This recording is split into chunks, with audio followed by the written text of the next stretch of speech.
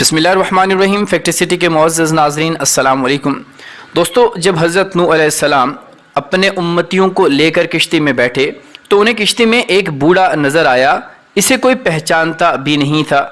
آپ علیہ السلام نے ہر چیز کا جوڑا جوڑا کشتی میں بٹھایا تھا، مگر وہ اکیلا تھا۔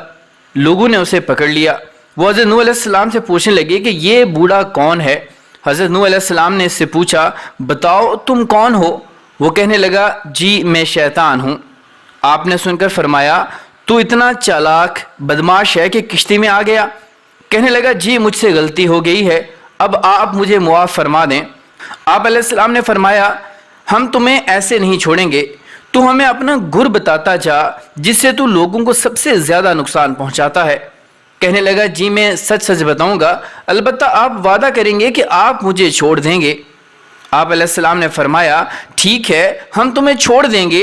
وہ کہنے لگا، میں دو باتوں سے انسان کو سب سے زیادہ نقصان پہنچاتا ہوں، نمبر 1 حسد اور نمبر 2 حرص ہے۔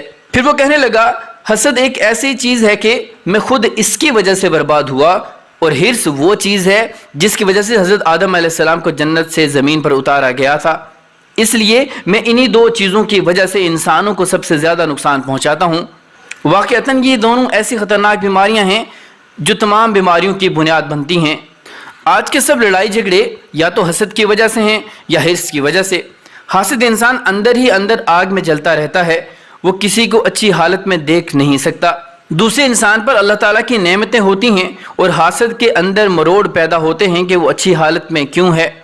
کسی بزرگ سے حسد کے متعلق کسی نے سوال کیا تو انہوں نے کیا ہی خوبصورت جواب دیا۔ وہ کہنے لگے کہ اللہ کی تقسیم سے اختلاف رکھنا حسد کہلاتا ہے۔ دوستو، آج ہم اپنے ارد گرد کا جائزہ لیں تو ہمیں معلوم ہو جائے گا کہ کس طریقے سے اللہ کی تقسیم سے اختلاف نے ہماری زندگی کو برباد کر کے رکھا ہے اور کس طریقے سے ہم حسد کی آگ میں جلتے رہتے ہیں۔ اللہ جل شانہ سے دعا ہے کہ اللہ ہم سب کو اس حسد جیسی بری لعنت سے محفوظ رکھے۔ امید ہے کہ ہماری آج کی یہ ویڈیو آپ کو ضرور پسند آئی ہوگی۔ ویڈیو پسند آنے کی صورت میں لائک، شیئر اور کمنٹ کر کے اپنی آراء سے ہمیں ضرور آگاہ کیجیے گا۔ ملتے ہیں اگلی کسی ویڈیو میں کسی نئے ٹاپک کے ساتھ، تب تک اپنا اور اپنے سے منسلک تمام لوگوں کا خوب خیال رکھیے گا۔ فی امان اللہ۔